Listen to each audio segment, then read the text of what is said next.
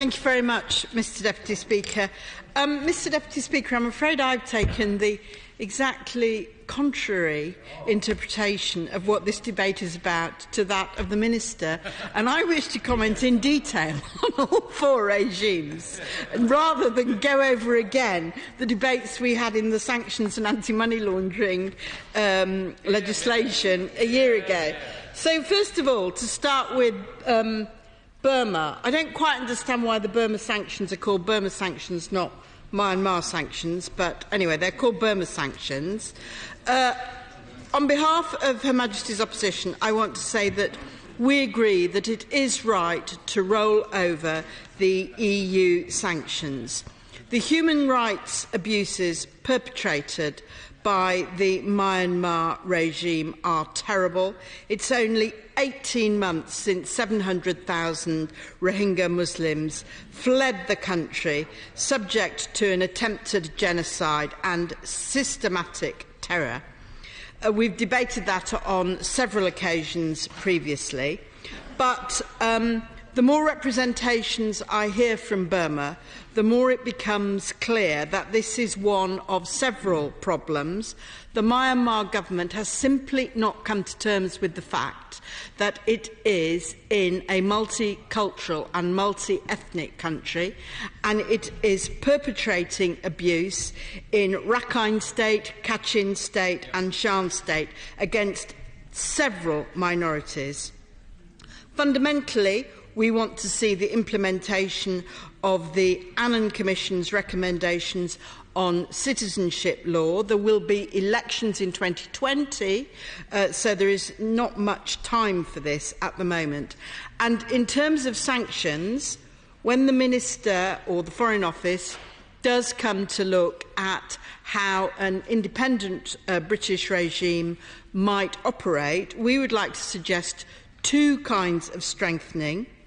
First of all, extending the trade sanctions to the significant part of the Myanmar economy which is controlled by the military. And secondly, introducing Magnitsky-style sanctions to key military figures, in particular Min Aung Hlaing and Mong Mong So. Would the Honourable Lady not agree that actually, whilst the Tatmadaw retain a fixed percentage of the Parliament, until that is addressed, we're still going to see this continuing oppression from the military because they have such a control over the rest of the government? Well, the Right Honourable Gentleman makes a very fair point, and I think one of the sort of general problems has been that we were so pleased to see some reform in the country that we were not tough enough and sharp enough about what was going on. Let me turn to Venezuela. On Venezuela too, we agree that it is right to roll over the EU sanctions. The record of the Maduro government since the collapse of the oil price has been one of significant and serious human rights abuses. The fact that, as the Minister said, 3.6 million people have left the country and that we have serious starvation and medicine shortages is extremely serious. It's shocking to see that food aid has been blocked at the Colombian border. I think the first speech I made when I was given this portfolio was in September 2017. I condemned then the closing down of the legitimate National Assembly and the setting up of the fake Constitutional Assembly. The elections in May 2018 were not free or fair. Political opponents have been jailed. There are reports that people who are in prison are being tortured. The National Assembly leader, Juan Guaido, has been stripped of political immunity. And we believe that 40 people have been killed in protests since the beginning of this year. All of this is unacceptable and a reasonable justification for the continuation of the sanctions. I'm grateful. I agree with everything that she's just said, but isn't there a further issue why, a further reason rather why this isn't just a matter for Venezuela to put its own house in order? The truth is that the Colombian peace process will only manage to move forward if it doesn't have 1.5 million, 2 million people crossing the border and destabilising a process which was already finding it difficult to get traction. Well, that's true as well. I was going to go on to say what we would like more positively to see. We would like to see free elections. We do support the position of the Lima Group of neighbouring countries, and we do want to see dialogue between the parties who are in conflict in the country at the moment. Extremely generous, and I thank her for that. But on the subject of the Lima Group, what pressure does she think that we can all bring to bear with Mexico, where President Obrador has very regretfully withdrawn from the Lima Group? We've invested a lot in relations with Mexico. We have good relations with Mexico, but he really must come back and play a leading role within the Lima Group. Well, I think that what's not helpful would be to go along with the American calls for or suggestion that there might possibly be military intervention.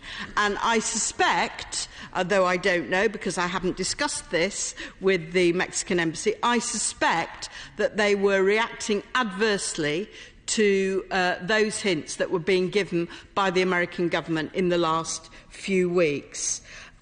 Just on the sanctions specifically, I've got a couple of questions for the Minister. I think perhaps the Minister might need to write to me because I think the way this debate works, he doesn't get another go at the dispatch box. Can I just seek your guidance, Mr Deputy Speaker? Does the Minister get another opportunity to speak in this debate? Sure, if we've got time, that we will allow him to come back. Of course we will. Great, great. Well, Helen Goodman. I'm very grateful to you, Mr Deputy Speaker. The first is to ask why £80,000 worth of weapons material which could be used for internal repression were authorised by the government in 2016, which does seem to be a breach of the current sanctions regime, to Venezuela. In 2016-17. The second is to say that we do not believe the oil sanctions which have been imposed by the Americans have been helpful in this current situation.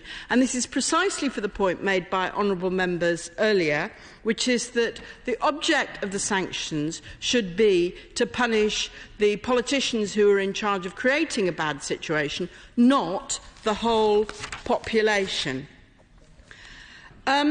I also want to ask the Minister some questions about the gold which the Bank of England holds for the Central Bank of Venezuela. It was reported in November last year, before the government had recognised Juan Guaido as leader of Venezuela, that the Bank of England had frozen 1,125 gold bars. I asked via a written parliamentary question Her Majesty's Treasury what the legal basis for this was, and they told me it was a matter for the Bank of England. So I wrote to the Governor and asked what was the legal basis for the decision, and his response was somewhat opaque. Now, I have read in the press suggestions that the American government put pressure on the British government, who lent on the Bank of England directly to not release these gold bars when the Bank of Venezuela requested them. And I'd like to know from the Minister if this is true. Grateful to the Honourable Lady for giving way, because I think this deserves an immediate answer. The Foreign Office has not at any stage put any such pressure on the Bank of England, and any decision about whether or not to transfer gold which they hold is entirely a matter for the Bank of England, and they do so without political pressure from us. Well, I'm interested to hear the Minister's response, because if the government wishes to tighten the sanctions regime, the Minister and the Foreign Office will have an opportunity to do so, and they might well succeed in that. But I think what's not acceptable is pursuing a tighter policy without a clear legal base, and I would suggest that that doesn't do much for our reputation. I want to pick up on the point made by the Right Honourable Member for Wokingham about Iran. In the case of Iran, EU sanctions were introduced in 2011 in response to violent crackdowns against street protests. In view of the continued serious human rights abuses in Iran, notably extensive use of the death penalty, including for juveniles, torture, the repression of women and LGBT activists, and the detention of Nazanin Zaghari Radcliffe 3 years ago, and the denial to her of access to medical treatment, we believe these sanctions are justified. They cover, in particular, goods and technology used for repression, and we think that is right. But on the issue of the American decision to lift the trade sanctions against Iran, which was a decision taken as part of the international community's JCPOA nuclear deal, we believe the lifting of those trade sanctions was the right thing to do. Sanctions have been effective as a tool, and they will be effective if we impose them when things go badly and lift them when things go better. The Trump administration's decision to reimpose these trade sanctions and withdraw from the JCPOA is mistaken. The JCPOA doesn't cover ballistic missiles or regional aggression, which are the arguments which the Trump administration have put forward for reimposing them. And this further destabilises the region. So this is a problem in foreign policy terms. It's unhelpful. But I'm also interested to know what the government has been doing about the impact on European and British businesses and banks. What we're seeing here is an extremely difficult situation for our businesses and our banks, where trade and investment under European law is completely legal and under American law is completely illegal. And in effect, there's an extraterritoriality effect of American law. So I have two questions for the Minister. First, will he hold to the current position in a post-Brexit scenario and not shift to the American position?